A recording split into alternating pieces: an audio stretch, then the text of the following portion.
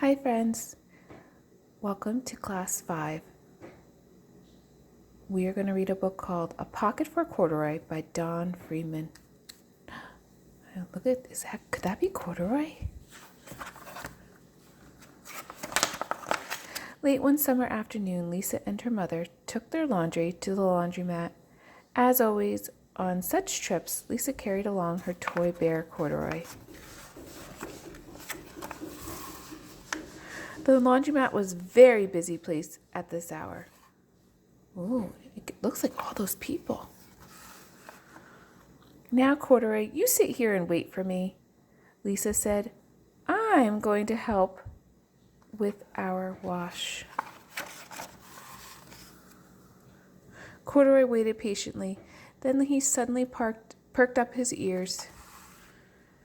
Lisa's mother was saying, "Be sure to take everything out of your pockets, Lisa dear. You don't want your precious things to get all wet and soapy." "Pockets," said Corduroy to himself. "I don't have pockets." He slid off the chair. "I must go find something to make a pocket out of," he said, and he began to look around.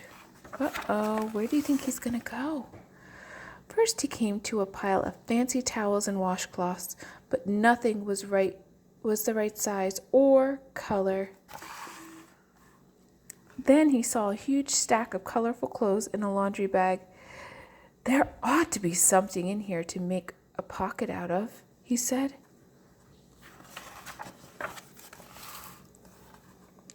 Without hesitation, he climbed inside the bag, which was filled with pieces of wet laundry. The dampness didn't bother Corduroy in the least.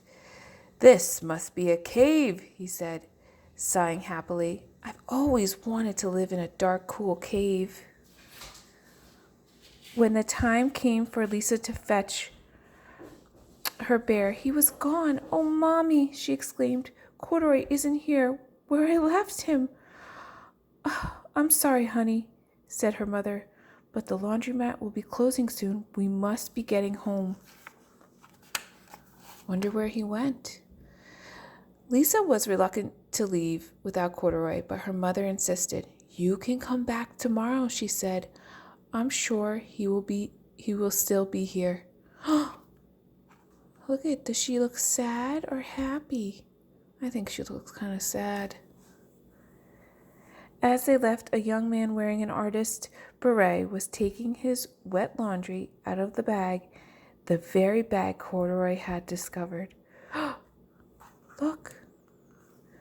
Before he knew it, Corduroy was being tossed together with all the sheets, shorts, and slacks inside the dryer. But just as the artist was shutting the glass door, Corduroy tumbled out onto the floor.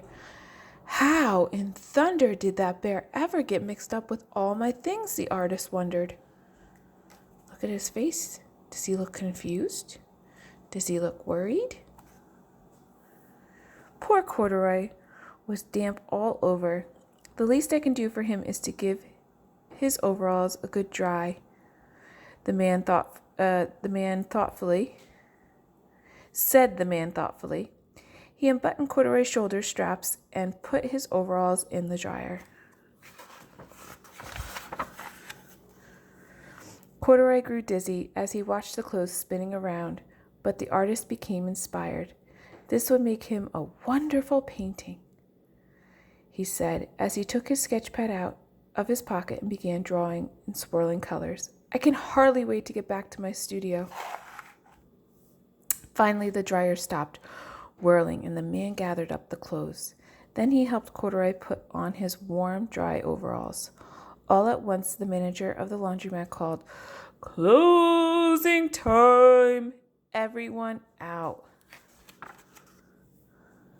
Corduroy was gently placed on top of the washing machine.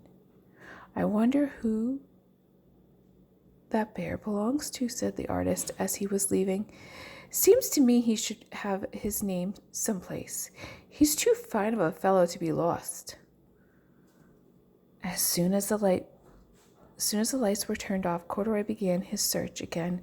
He was surprised to see something white glowing in the dark. Maybe it's snow, he said excitedly. I've always wanted to play in the snow.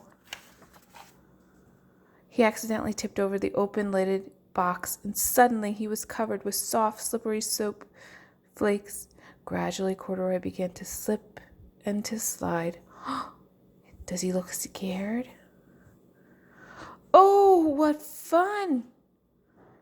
He said with a smile. I've always wanted to ski down a steep mountain. Now he looks happy. He landed paws first in an empty laundry basket. This must be a cage, he said, peeking through the bars. I've never wanted to live inside a cage like a bear in the zoo. But by now Corduroy felt drowsy, and soon he nodded off to sleep. Next morning, when the manager came to open the door of the laundromat, there was Lisa waiting. I left something here last night, she explained. May I look around? Certainly, said the manager. My customers are always leaving things. Lisa was searching under the chairs and in the back of the washing machines when she heard the manager call her. Is this what you were looking for, señorita? Who is that? Yes, he's my best friend, shouted Lisa as she came running. She reached in and picked Corduroy out of the basket. So this is where you've been, you little rascal, she said. It's time I took you home. Lisa thanked the manager and ran out the door, down the street, holding Corduroy tightly in her arms. I thought I told you to wait for me, she said. Why did you wander away? I went looking for a pocket, Corduroy said. Oh, Corduroy, why didn't you tell me you wanted a pocket, she asked, Lisa giving him an affectionate squeeze. That very morning, Lisa sewed a pocket on Corduroy's overalls. And here is a card I've made with your name on it for you to keep tucked inside, she said. I've always wanted a purple pocket with a name tucked inside, said Corduroy as he and Lisa nuzzled noses. The end. Friends, what a great book.